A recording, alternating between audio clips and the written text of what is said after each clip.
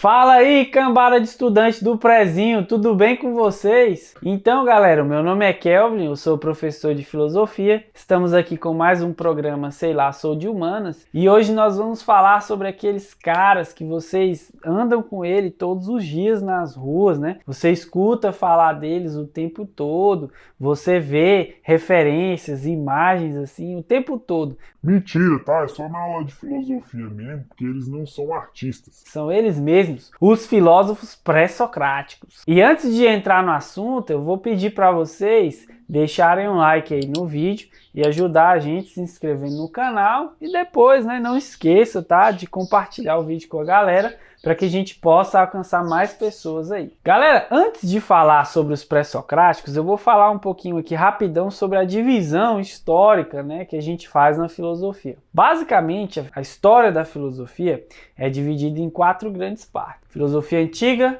medieval, moderna e contemporânea. Cada um desses períodos tem as suas subdivisões e aqueles autores mais importantes. Os filósofos pré-socráticos, que vão ser o nosso assunto aqui hoje, por exemplo, fazem parte da filosofia antiga. Essas datas que eu vou passar aqui para vocês, elas não são unanimidade, nem entre historiadores da filosofia e nem entre os próprios historiadores. A história da filosofia ela não casa direitinho com a linha do tempo da história, né? A forma como os historiadores partilham o tempo. Mas é parecido, dá pra gente ter uma ideia. Por exemplo, galera, na filosofia antiga nós temos o Sócrates, que foi tão importante que inclusive ele é considerado o pai da filosofia, embora a filosofia já existisse, e ele dividiu a filosofia antiga na metade. Tem os pré-socráticos e os pós-socráticos. Você sabia que os pré-socráticos, nem todos eles viveram antes de Sócrates? Alguns desses pré-socráticos, inclusive, foram contemporâneos do Sócrates. Só que o objeto de estudo desses caras era completamente diferente. Como a gente vai ver aqui, o objeto de estudo dos pré-socráticos era a natureza. Eles eram quase cientistas. O grande interesse deles era investigar o motivo pelo qual os fenômenos naturais aconteciam. Eles queriam descobrir o princípio, né, a razão primeira da existência das coisas, principalmente no mundo material. Já o Sócrates, ele muda completamente. O Sócrates era aquele cara que gostava de ir pro barzinho, sentar na mesa, tomar uma gelada e falar: então, o que é certo? O que é errado? O que é justo? O que é injusto? Brincadeira, tá? Ele ficava na praça falando sobre a vida, as virtudes e principalmente sobre o ser humano. Zoeira, tá, galera? Ele tava mais pro bêbado da praça que ficava lá, sentava lá e ficava turrando a paciência dos outros, perguntando: e aí, o que é política? O que é certo? O que é mentira? O que é verdade? Pois é. Um dia tu vai encontrar um cara desse aí, tu vai trocar uma ideia com ele e você vai ver que ele é mais filósofo do que você imagina. Galera, o filósofo ele é tão queimado, velho, que nem precisa desse tipo de coisa pra queimar. Nós temos também, depois da filosofia antiga, né, a filosofia medieval, que começa ali com o estabelecimento do cristianismo e vai ali por volta dos anos 1000, né? Tem gente que fala, por exemplo, que durou dos anos 500 aos anos 1000, tem gente que fala que é mais ou menos ali do ano 300 aos anos 1500, tem gente que fala que começa, por exemplo, com Santo Agostinho e ela morre ali em Tomás de Aquino. Então, de novo, não é unanimidade, isso aqui é só para a gente ter uma ideia. Mas, em geral, entende-se que começou a filosofia medieval com a ascensão e o estabelecimento do cristianismo como religião oficial no Império Romano e morreu ali junto com o Renascimento, que inclusive o Renascimento é o limiar, é a divisão entre a filosofia medieval e a filosofia moderna, ali por volta dos anos 1500, 1600. Tem gente também que vai dizer que o Renascimento começou antes, em 1400, não sei o quê. Enfim, essa história toda, você já está cansado de ouvir isso. A filosofia moderna tem vários filósofos importantes. Foi uma das épocas de maior proeminência, né, da filosofia. Acompanhou vários movimentos importantes, como por exemplo o Iluminismo. Se você não viu ainda, você pode ver ali no vídeo do professor Adi. E ela vai até mais ou menos os anos 1900. Muita gente usa o filósofo Friedrich Nietzsche para dizer: olha, aqui acabou a modernidade e a partir do Nietzsche, né, a gente entra naquilo que a gente chama de filosofia contemporânea, que é dos anos 1900 né, ali da morte do Nietzsche ali, até hoje. Falando um pouco sobre filosofia antiga. Os filósofos antigos têm aquela aura, né, de sábios, de pessoas muito vividas, muito inteligentes. E isso não é mentira, tá, galera? Eles realmente eram caras bastante estudados para sua época, com interesses bem estranhos, tá? Mas não tem nada a ver com 50 tons de cinza não, tá? Esquece esse negócio aí, que esse negócio tá errado. Tem até uma história que as pessoas contam sobre o Tales de Spoleto. É esse mesmo, ele que inventou o espoleto, tá? Já agradeça a ele se você come macarrão hoje. Então, tem a história de que uma vez ele tava lá caminhando assim, né? Ele era um cara que gostava muito dos astros, né? Ele gostava muito de observar o movimento dos astros. E aí um belo dia ele tá lá andando, olhando pro céu e tal, admirando as estrelas, o movimento dos planetas e não sei o quê. E aí ele não olhou pra frente, né? E tinha um buraco lá, ele foi lá e caiu dentro do buraco. Aí tava passando uma lavadeira de roupas, aí ela olhou pra ele e falou: nossa, velho, que cara burro. Diz que é um sábio, mas não olha nem pra frente, né?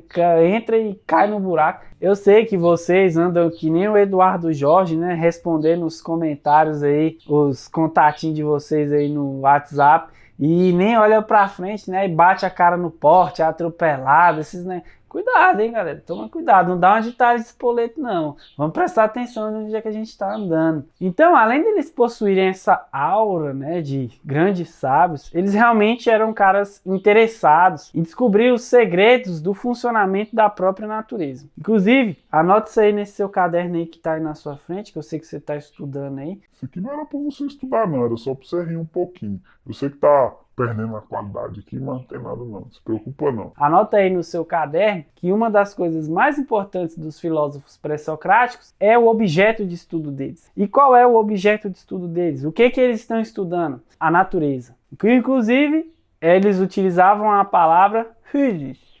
O physis aqui vai falar para vocês como é que escreve physis, que era a palavra em grego que significa natureza. Galera, a filosofia pré-socrática também ficou bastante famosa pelas escolas filosóficas. Por exemplo, nós temos a escola do Jonatas, brincadeira, escola jônica. Nós temos a escola eleática. Nós temos a escola efésica, mas não é o livro da Bíblia. Nós temos a escola itálica, mas não é a fonte. E nós temos a escola pluralista, que parece o tribalista, mas não é não, tá? Eles não sabem namorar, não. Eles são tudo virgão. Cada uma dessas escolas, galera, ficou bastante conhecida pela sua contribuição nessa pesquisa sobre a natureza. E todos eles buscavam uma coisa em comum. O interesse deles era entender a natureza, mas mais especificamente as causas dos fenômenos naturais. E a isso, né, a essa causa primeira de toda a natureza, eles deram um nome bonitinho também. Arqué, mas não é o arqué de flechar não, beleza?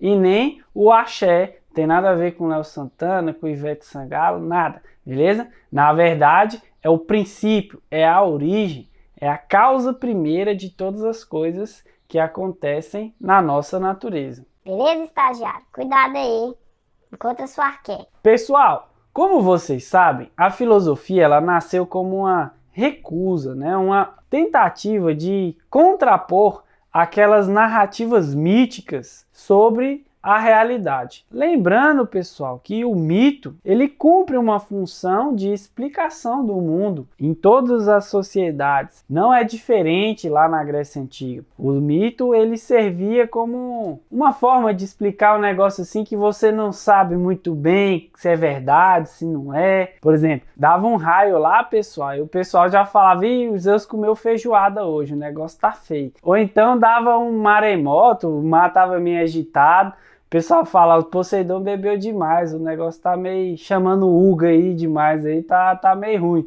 Então assim, o mito ele cumpria essa função de dar uma explicação para os fenômenos naturais. Porém, os filósofos viram e eles rejeitavam isso. Eles queriam uma explicação racional, uma explicação com pelo menos evidências materiais, físicas, ou então racionais racionais sobre o próprio funcionamento da realidade, galera. Então a filosofia ela nasceu com esse objetivo, não de combater, né, diretamente os mitos, mas de contrapor, de mostrar: olha, o mito ele não é o suficiente para explicar a realidade na totalidade. A filosofia é. Então, para isso, os filósofos pré-socráticos criaram essa categoria de arqué e flechá para contrapor as noções difundidas pelo palmito. Pelo mito, por essa narrativa fantástica, né? Essa narrativa religiosa de como e por que as coisas acontecem. Lembrando, os gregos eles acreditavam que o universo ele não se expressava de maneira caótica, não era desorganizado. Inclusive na teogonia, né, no conto do princípio de todas as coisas, os gregos diziam que no princípio era o caos, não tinha separação entre nada. Porém, um belo dia surgiu o cosmos, veio a ordem, a organização.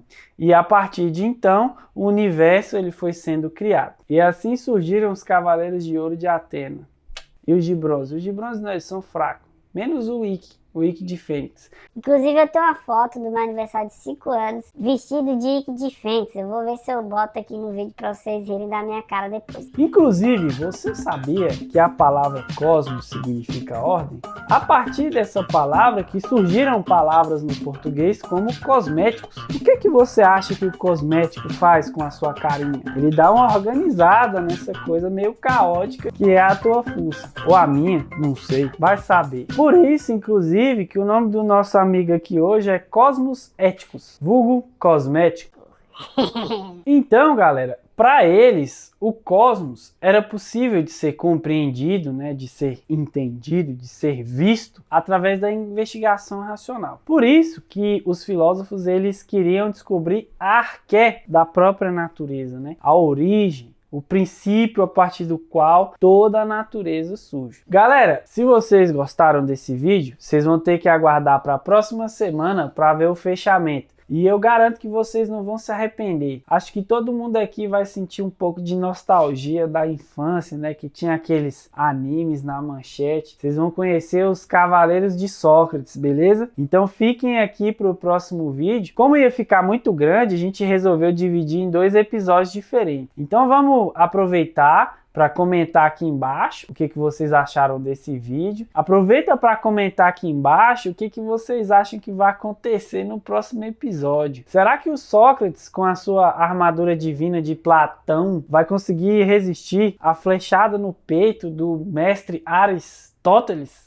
Cenas do próximo episódio, hein? Não percam. Só aqui no Sei Lá Sou de Humanas. E quem assistiu entende a referência, hein? Então, galera, curte o vídeo, compartilha aí para os seus amigos, para sua família, para todo mundo aí. Ajude a gente a continuar elevando o nosso cosmos até o infinito, conquistando cada vez mais seguidores. Valeu? Meteoro de like! É nóis!